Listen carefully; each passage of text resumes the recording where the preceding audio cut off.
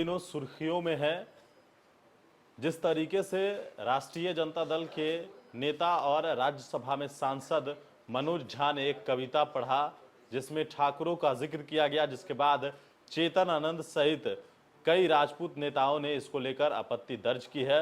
उसी कड़ी में आनंद मोहन ने भी पहले आवाज उठाया और कहा कि अगर हम सदन में होते तो जीभ खींच लेते, और अब कहीं ना कहीं राजपूतों को एकजुट करने में आनंद मोहन लग गए हैं और राजपूतों का नेता बनने के लिए जो है अब कहा जाए कि लड़ाई लड़ी जाएगी। और अब ये ताकत जो है वो पटना में भी दिखाया जाएगा। गांधी मैदान में बड़ी रैली जो है वो करने की तैयारी में है आनंद मोहन। आनंद मोहन ने मई 2023 में घोषणा की थी कि वे नवंबर में पटना में बड़ी रैली करेंगे। उन्होंने दावा किया कि उनकी पटना रैली में 10 लाख लोगों की भीड़ जुटेगी। इसे लेकर आनंद मोहन पिछले करीब 4 महीनों से बिहार के अलग अलग जिलों का दौरा कर रहे हैं। विशेषकर राजपूत समाज के लोगों के बीच लगातार वे अपना संपर्क बढ़ा रहे हैं। माना जा रहा है कि आनंद मोहन का राजपूतों के बीच तेजी से संपर्क बढ़ाने के पीछे एक बड़ा कारण नवंबर में प्रस्तावित उनकी पटना रैली, जिसमें वे शक्ति प्रदर्शन दिखाएंगे। हालांकि नवंबर की रैली के पहले ही आनंद मोहन ने अपनी ताकत का एहसास कराना शुरू कर दिया है।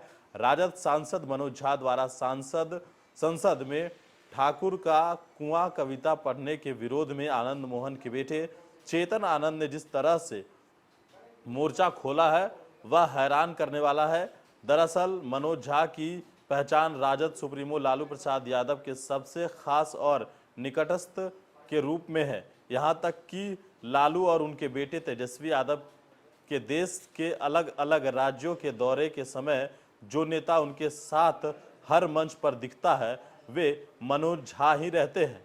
संसद में राजद का पक्ष प्रभावी तरीके से रखने के लिए मनोज झा जाने जाते हैं। यह सब जानते हुए चेतन आनंद का मनोज झा को चुनौती देना किसी बड़ी रणनीति का हिस्सा माना जा रहा है। राजनीतिक जानकारों की माने तो मौजूदा समय में बिहार में राजपूतों का कोई ऐसा बड़ा नेता नहीं है जो समस्त जाति के बीच प्रभाव रखता हो, यानी राजपूत का कोई सर्वमान नेता नहीं है। वहीं अन्य जातियों में देखें तो में जीतन राम मांझी, मल्ला में मुकेश सहनी, यादव में लालू यादव, कुशवाहा में उपेंद्र कुशवाहा, कुर्मी में नीतीश कुमार, पासवान में चिराग पासवान जैसे चेहरे हैं। इन सब के मुकाबले किसी भी स्वर्ण जाति में कोई भी ऐसा नेता नहीं दिखता जो अपनी जाति का प्रतिनिधित्व करने का दावा करता हो। वहीं आनंद मोहन के इतिहास को देख ले तो उन्होंने 1990 के दशक में लालू यादव का विरोध कर खुद को स्वर्ण समाज के एक बड़े वर्ग का प्रतिनिधि चेहरा साबित किया था।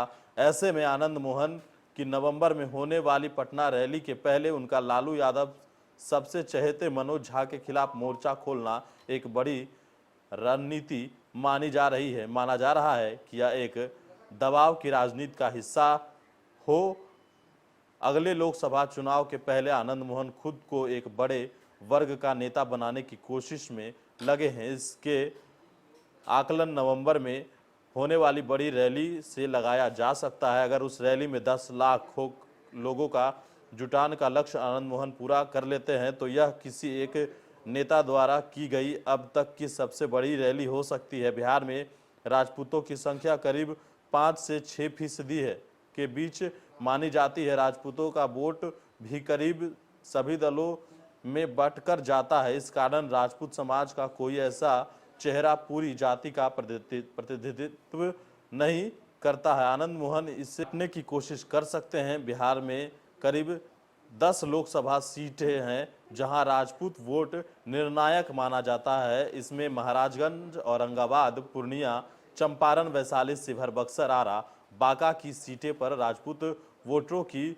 अच्छी खासी संख्या है। ऐसे में आनंद मोहन और उनके बेटे चेतन आनंद मनोज झा पर टिप्पणी कर राजपूतों में पैठ जमाने का यह एक बड़ा दाव हो सकता है। फिलहाल आनंद मोहन यह दाव सफल होता भी दिख रहा है क्योंकि उनके विरोध के बाद कई राजपूत नेता और संगठन मुखर हुए हैं। बिहार में एक लंबे अरसे के बाद आनंद मोहन ने राजपूत को इस प्रकार किसी एक मुद्दे पर एकजुट करने की करिश्मा तो कर दिखाया है।